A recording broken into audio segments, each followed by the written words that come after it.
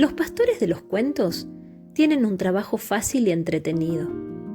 Conversan con otros pastores o cortan cañas para fabricarse flautas, mientras las ovejitas comen tranquilamente su pasto.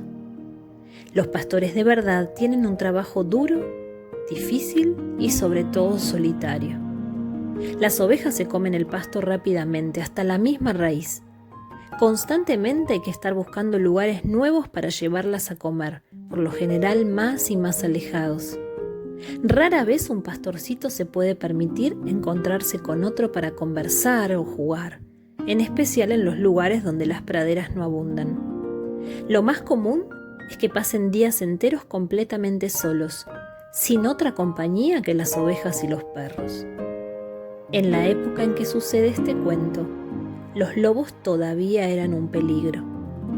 Es cierto que casi nunca atacaban un rebaño protegido por el pastor y los perros, pero estaban siempre al acecho, listos para devorar a la oveja que se atreviera a separarse de las demás.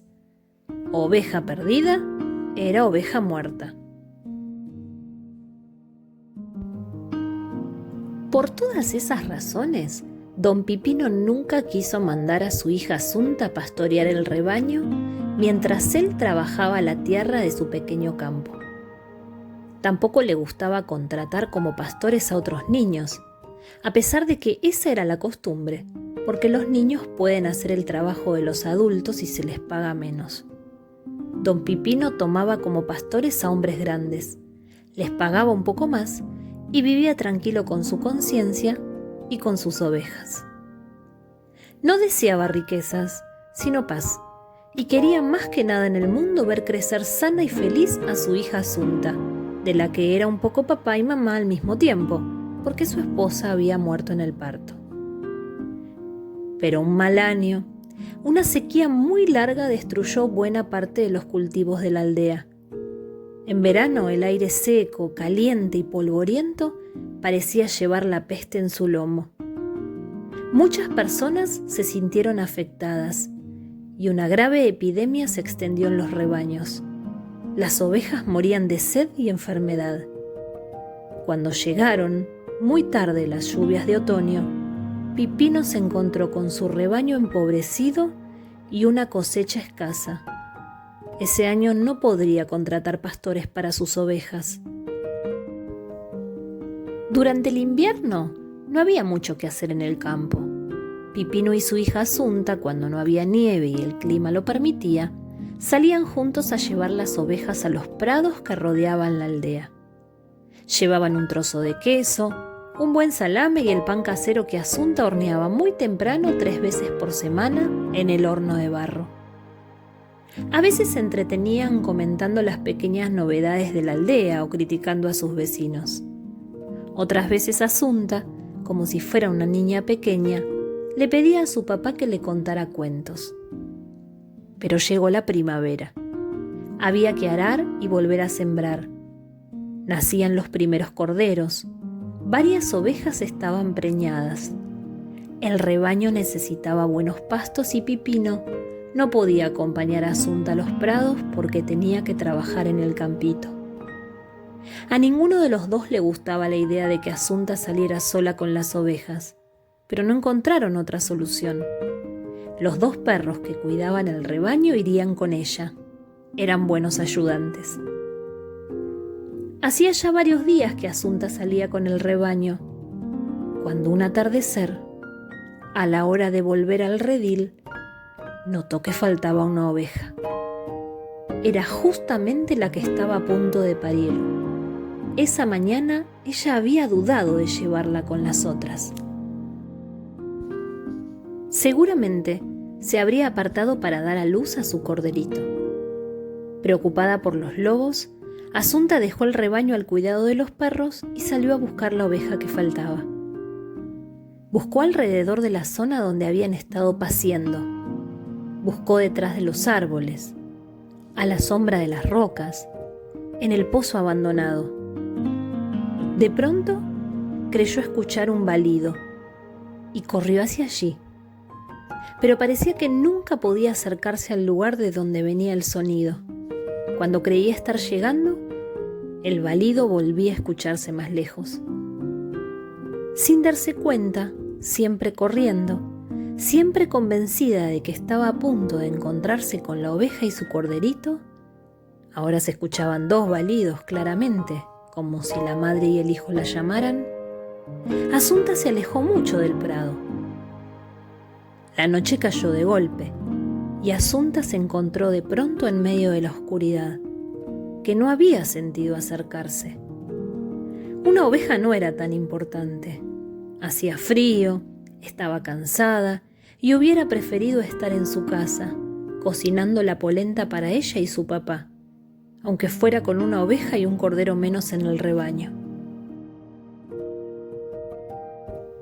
En cambio, estaba sola en medio del campo. Las nubes tapaban la luna y los balidos habían dejado de escucharse. Apenas conseguía distinguir la forma de los árboles. Estaba perdida. Asunta no se asustaba fácilmente. Como sabía que no tenía sentido tratar de avanzar perdida en la oscuridad, decidió quedarse donde estaba. Buscó una piedra que le sirviera para acomodar la cabeza y pronto encontró una que le pareció chata y bastante cómoda. Se sacó 2 de las 3 enaguas que llevaba debajo de la falda y con ellas armó una especie de almohada que acomodó sobre la piedra, preparándose para dormir. En ese momento, las nubes se entreabrieron y a la luz de la luna, Asunta vio que en ese lugar había muchas piedras chatas parecidas a la que ella había encontrado. Estaba en un cementerio, a punto de apoyar la cabeza sobre la lápida de una tumba. Se tranquilizó un poco cuando vio venir hacia ella un grupo de hombres y mujeres con antorchas. «Es mi papá con los vecinos del pueblo», pensó. «Deben de estar buscándome». Y se levantó para gritar y hacerles señas. Pero sin necesidad de acercarse mucho, descubrió un curioso detalle que la obligó a quedarse parada muy quieta, sintiendo los golpes de su sangre en todo el cuerpo. Los hombres y las mujeres que extendían sus brazos hacia ella, como llamándola, no tenían ojos. Una mujer muy joven y hermosa, sin ojos, se adelantó como protegiéndola de los demás. «Asunta», le dijo, «soy tu madre. O mejor dicho, fui tu madre. O mejor dicho, no pude llegar a ser tu madre». Y cuando Asunta trató de abrazarla, la mujer se alejó de golpe, retrocediendo. «No, no me toques. El que toque a los fantasmas de los muertos tiene que acompañarlos hasta la tumba. Mi querida, todavía te esperan muchos días de vida y alegría en este mundo». Más que la felicidad de ver a su madre por primera vez, lo que sentía Asunta era muchísimo miedo. Con voz temblorosa, contestó a todas las preguntas que la mujer le hizo sobre su padre y los vecinos de la aldea. Después, la madre muerta le contó un gran secreto. Un secreto tan importante que solamente una vez cada 1000 años se permite que un muerto se lo cuente a un vivo. Es el secreto que explica cómo vencer a la muerte, para siempre. 3 veces cantará el cuclillo, dijo la madre muerta. Cada vez, una flor brotará de la tierra. Muy lentamente se abrirán los pétalos. Si te quedas en este lugar sin moverte hasta que se haya abierto del todo la tercera flor, la muerte dejará de existir para los hombres. Con lágrimas que caían de sus cuencas vacías, la madre muerta se despidió de su hija y se volvió con sus compañeros para bailar con ellos la danza de los muertos. El cuclillo cantó una vez. Justo en ese momento, Asunta escuchó otra vez el balido fuerte de la oveja y el balido más débil de su corderito. Estuvo a punto de levantarse y correr hacia allí, cuando vio que una extraña flor, en capullo, comenzaba a brotar del suelo. Mientras los pétalos de la flor se abrían lentamente, muy lentamente, Asunta vio cerca de la forma oscura de un ciprés a la oveja perdida y a su cordero recién nacido. Entonces un lobo enorme, salido de la nada, se lanzó sobre el corderito y de un solo mordisco le destrozó la garganta. La sangre brotó burbujeante. La oveja madre balaba desesperada, tratando de escapar de su horrible destino. Pero Asunta no se movió para ayudarla. No era un lobo solitario. Era apenas el explorador de una manada de horribles bestias que aparecieron enseguida, atraídas por el olor de la sangre. La manada se arrojó sobre la oveja, dejándola convertida en un montón de lana sanguinolenta. Hasta entonces, Asunta había estado protegida por la dirección del viento, pero ahora el viento comenzó a soplar hacia los lobos, llevándoles su olor. Siguiendo el rastro, los animales trotaron hacia ella. Avanzaban con los pelos del cuello erizados, con gruñidos atroces que dejaban ver los colmillos, las bocas muy negros. Un lobo solitario no se acerca a un ser humano, pero si son muchos y el hambre los empuja, se atreven a atacarlo. Estos eran lobos flacos, muy hambrientos. Asunta ya sentía el olor a la fiera y la aturdían los aullidos. Se le acercaron tanto, aunque todavía prudentes, que pudo ver la saliva cayendo de la boca del lobo que tenía más cerca. Sin embargo, se obligó a permanecer inmóvil. La flor seguía abriéndose despacio, demasiado despacio. Un lobo más valiente o más hambriento que los demás se preparó para el salto que lo separaba de la garganta de la muchachita. Asunta sintió el peso de una cosa peluda y caliente y el aliento de la bestia en la cara, cuando el último pétalo de la flor mágica se abrió y el lobo y la manada y los restos de la oveja desaparecieron de golpe. Asunta todavía tenía la respiración agitada de miedo, pero ya se sentía segura. Y estaba tan cansada que ni siquiera el miedo o la curiosidad por lo que vendría pudieron mantenerle los ojos abiertos. Apoyada sobre la tumba se quedó dormida, hasta que la despertó el canto del cuclillo. La segunda flor mágica levantaba del suelo su capullo. La muchachita se sorprendió de no ver ni escuchar nada especial. Entonces sintió algo raro en una pierna, una sensación fría, pegajosa. Era una víbora que se deslizaba muy lentamente, enroscándose en su pantorrilla. Después vinieron más, y también arañas, repugnantes y peludas, y grandes ratas de ojos colorados. Al principio, sabiendo que eran solamente visiones, Asunta resistió todo con mucha tranquilidad. Trató de mantener los ojos fijos en la flor mágica, que separaba lentamente sus pétalos, y hasta pensó que esta prueba era mucho más fácil que la anterior. Pero entonces se acordó de que en el campo, y especialmente cerca de los cementerios, había muchas arañas verdaderas, y algunas eran tarántulas. Las viejas de la aldea decían que la picadura de tarántula podía ser mortal, o dejar a una persona loca para toda la vida.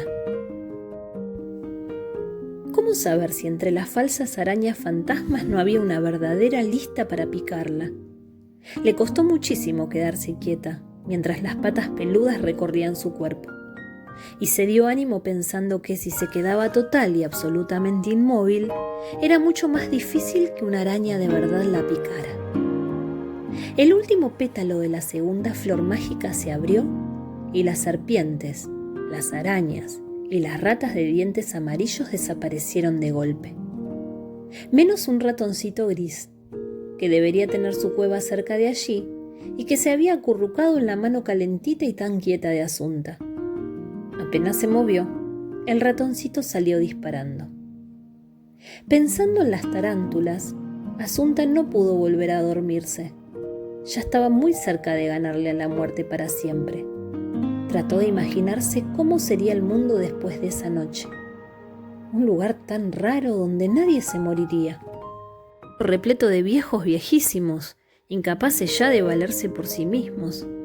Un mundo con tanta gente que la polenta no iba a alcanzar para todos. un mundo donde ni siquiera quedaría bastante lugar en el campo para sembrar maíz. Un mundo sin muerte podía ser un mal lugar para vivir, un lugar de dolor y de hambre. Pero por otra parte, nunca más un hijo nacería sin madre, como le había pasado a ella. Y sobre todo nunca más ella y su papá iban a tener que separarse. Cantó el cuclillo, y Asunta estaba tan concentrada en sus pensamientos que lo escuchó distraída, y la tercera flor mágica empezó a brotar del suelo. Mientras asomaba el tallo de la flor, Asunta vio venir una luz a lo lejos, y cuando se acercó lo suficiente, reconoció a su papá, que traía un farol en su mano y estaba acompañado por los 2 perros pastores. ¡Asunta! ¡Hijita!, gritaba su papá. Como salidos de la tierra misma, un grupo de hombres se le puso delante. Asunta estaba lo bastante cerca para oír sus voces. «Venga con nosotros. Su hija anda por aquí», dijo el que parecía ser el jefe. «¿Ella está bien?», preguntó el padre con una alegría enorme. «Está muy bien su hija. No le pasó nada. Nosotros la cuidamos. Venga por aquí. Deme la mano para no tropezar con tanta piedra». Entonces Asunta se dio cuenta de que los hombres que hablaban con su padre no tenían ojos, y su padre no lo había notado porque no les miraba la cara. Desesperado como estaba por encontrarla, su mirada iba de un lado a otro, tratando de atravesar la oscuridad del cementerio. Ahora su papá estaba a punto de tocar la mano de un muerto, y los iba a tener que acompañar para siempre a la tumba, porque la tercera flor mágica no estaba abierta del todo, y la muerte todavía existía en el mundo. «¡Papá!», dijo Asunta. «Papito, no los toques. Estoy acá. Y corrió hacia él. Un trueno rompió el aire en pedazos. Las 3 flores mágicas volvieron a meterse en la tierra, y el padre y los perros desaparecieron, y también los fantasmas de los muertos. Y Asunta supo que había fracasado porque no había sido capaz de resistir la tercera prueba.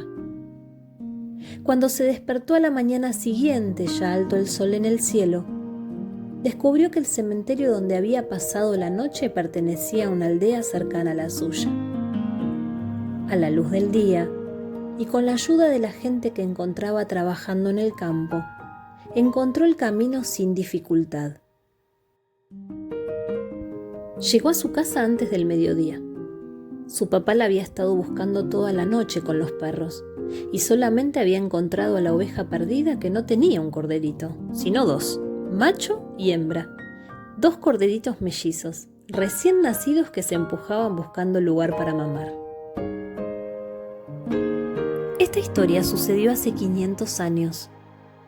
Dentro de otros 500 años más, otro ser humano tendrá la misma oportunidad que tuvo Asunta, porque otra vez se permitirá que un muerto le transmita a un vivo el secreto para vencer a la muerte, y quizá tenga más suerte o más firmeza, o menos corazón que Asunta.